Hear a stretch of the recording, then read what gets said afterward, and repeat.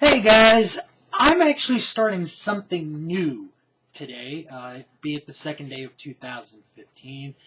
And for those of you who have subscribed to me for many, many years, you know this backdrop for Wrestling Man's Wrestling Show. Well, I'm going to use this backdrop just to have it, but also because starting today, I'm going to go on a journey, a quest, if you will. I'm going to go back in time, and I'm going to review Monday Night Raw. Thanks in part to the WWE Network, I'm going to review every episode of Monday Night Raw. Now, there are going to be some interesting things along the way. Not only will I be reviewing the episodes of Monday Night Raw, but I'm also going to be reviewing the pay-per-views that lead up to whatever it is. So, in the review that I'm going to do in a moment, obviously all of that's going to lead up to the Royal Rumble. Sort of ironic since the Royal Rumble this year is only 3 weeks away. So, with that in mind, here's today's review of the very first episode of Monday Night Raw. The event took place the episode aired, I should say, January 11, 1993. And we begin with Sean Mooney outside of the Manhattan Center telling us how people have been waiting in anticipation to try to get in, but they couldn't. And Bobby Heenan tries to get in, but Sean tries to convince him that he can't get in.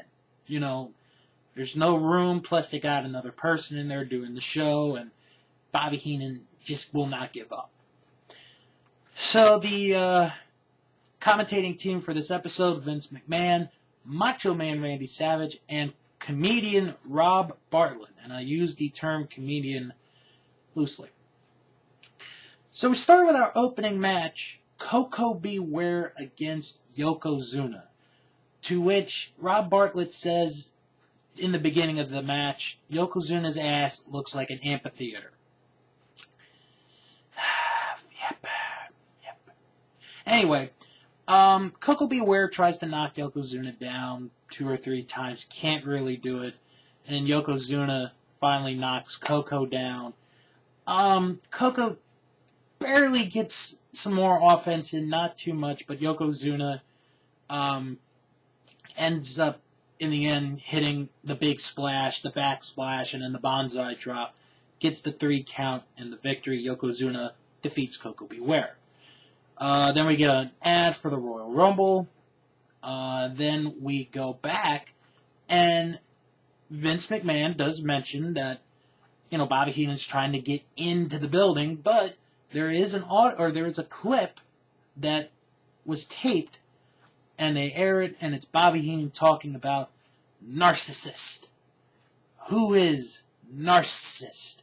He's gonna be unveiled at the Royal Rumble. And Bobby Heenan's just so excited, so pumped up about Narcissist that he just can't wait.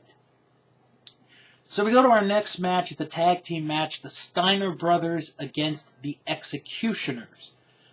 This is an okay match. This was an enjoyable match. Now, at one point during this match, we see Doink the Clown in the crowd, mingling with the fans.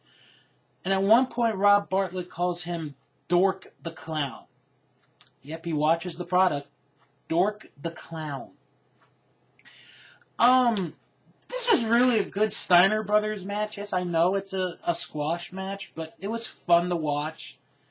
Scott and Rick still in their prime. I think they're in their prime for another 3-5 years at this point. But Steiner Brothers get the win after the jump rope bulldog hit by Rick for the victory. Then we get an interview with Razor Ramon. Vince McMahon conducts the interview. Razor talks about Vince mentions that it took Bret 8.5 years to get to the top in the World Wrestling Federation. And Razor says, it may take you or it took you 8.5 years, Chico, but it only take me 8 months. This is a golden opportunity. My golden opportunity, Chico. And then they bring up the recently Razor Ramon attacking Bret's younger brother Owen, to which he replies, I beat him like a cockroach, man. I beat him like a cockroach. And that's basically the interview. Randy Savage mentions the fight for hunger. Headlock for hunger. That's what it was. And the event that they're going to be doing in Madison Square Garden at the end of that month. Matches galore. And Tatanka cuts a promo about the headlock for hunger. Then we go to our first ever title defense on Monday Night Raw. The Intercontinental title. Shawn Michaels defends it against Max Moon. Yep, Max Moon. Good old Max Moon. It's a bit of a slow start. I'll be honest. It was a bit of a slow start, and again, Doink is interacting with the crowd. However, he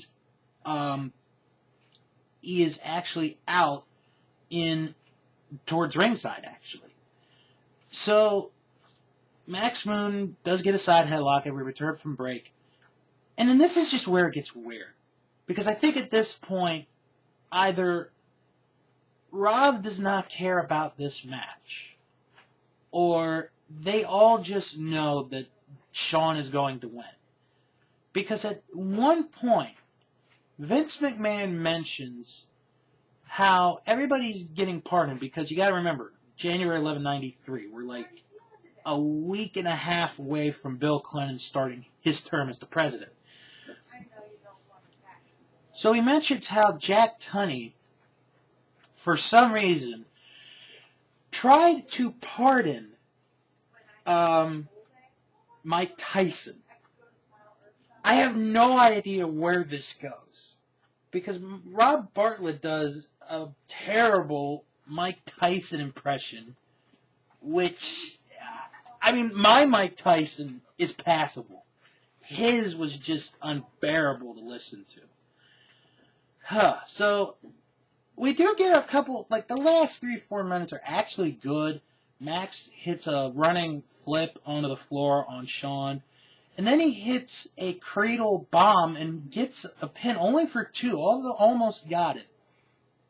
And then Shawn Michaels hits him with the super kick, which at that point they call the Savate kick. And then Michaels hits him with sort of a modified angle slam, or what would become the angle slam. Michaels gets the win and retains the Intercontinental title. Now we get a commercial, quick promo for WWF Mania. Yay, Mania. Then we go to our Royal Rumble report. Mean Gene does that. Shawn Michaels and Marty Jannetty, they talk about their upcoming title match and how Shawn thinks Sherry's going to be in his corner. Marty doesn't care whose corner she's in. Then they talk about the Royal Rumble match itself. We get comments from Mr. Perfect and Yokozuna. And then we get the new participants announced for the match, which consists of Tenryu, El Matador, both head shrinkers, because yes, only one would be in this match, and Hacksaw Jim Duggan. And Duggan cuts a promo saying that even though he might not win the Royal Rumble, he's going to give it 110%. And then mentioned the WWF title will also be defended. And that is your Royal Rumble report. See, I saved you guys so much time. So we cut out back again. And actually, I missed a part earlier.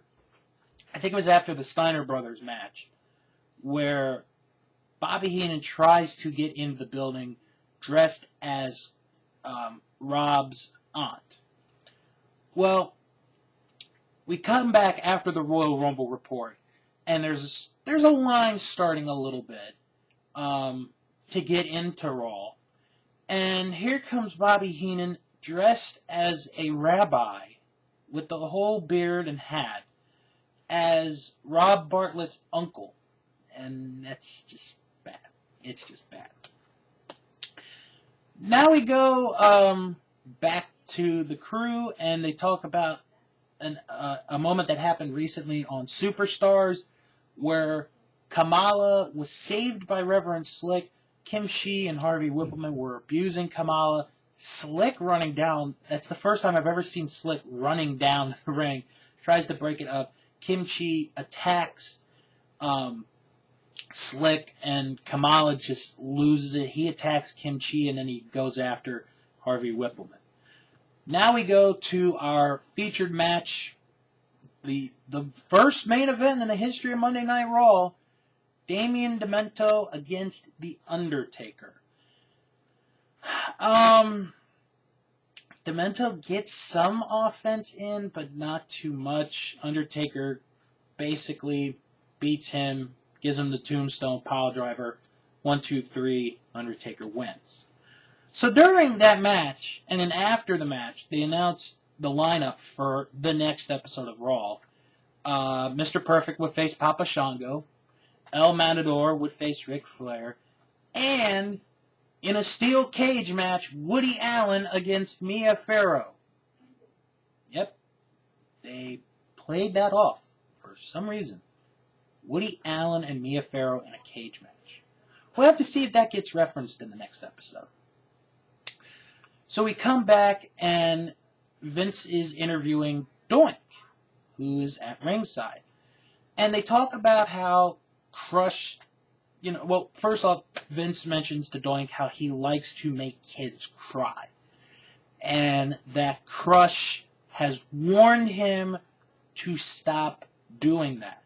Well, Doink talks, and then here comes Crush, and he says, if you do it again, I'm going to take your size 14 foot, and I'm going to put it in your size 20 mouth. And then Doink pulls out a water gun and shoots Crush about two times with it. Crush chases Doink around the ring. Then Crush rolls into the ring. Doink stops, and they play Crush's music. And that's the end of that. And then, at the end of the show, they finally let Bobby Heenan into the building. And, Sean Mooney's like, we just got word, Bobby Heenan, you're allowed in. And the security guard's holding him back, and he's like, no. He's allowed in. He's allowed in. And Bobby Heenan goes in, and the show is over. So, what were my thoughts on the very first episode of Monday Night Raw? Well, to be fair, and, from working with Jim at sunsetflipshow.com and reviewing TV shows, the pilot's not always going to be a good episode. This was not a good episode. Basically, this is the traditional, here's our pilot. It wasn't that good of a match, or not that good of a show. It just felt weird, for Rob Bartlett to be doing commentary. And he's either botching these on purpose, or he doesn't know any of these guys. Like he calls Yokozuna Yokozuma, although Mr. Fuji does that, so I'll give him a pass. And then Dork the Clown, and then that horrible Mike Tyson impression. Good God Almighty! I mean, there was one joke where it was like, "Yeah, I'm supposed to be in jail for 6 years, but my boss, Mr. King, he said to me that he'd get me out, or they get me out in 72 months," which is 6 years anyway. But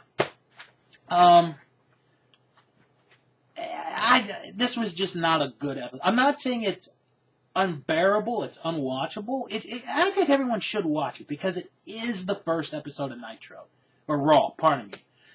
But it's not that good of an episode. It really isn't. The crowd is good. Don't get me wrong. The crowd is good. But all in all, this show is really not that good. I think the best moments were Bobby Heenan trying to get into the building. And really, that's it. The Steiner brothers had the best match, I thought. The Shawn Michaels match is actually passable, even if it's Max Moon. It's a passable match. But other than that, I did not enjoy that episode of Raw. But, like I said, it's the first episode. Most times, the first episode is not really the best. So, eventually, down the line, these episodes are going to get better. So, remember, I'm going on this quest, this journey to cover Raw. And along the way, I will be reviewing pay-per-views. So, sometime in the near future, I'm going to be reviewing the 1993 Royal Rumble on this wonderful quest, thanks to the WWE Network. See, there's one positive thing about the WWE Network is, you could do something like this, and you could add reviews along the way. You're not doing random reviews. There's a purpose to this. And I really hope that you guys enjoy these reviews along the way. Thank you guys for watching this review of the very first episode of Monday Night Raw.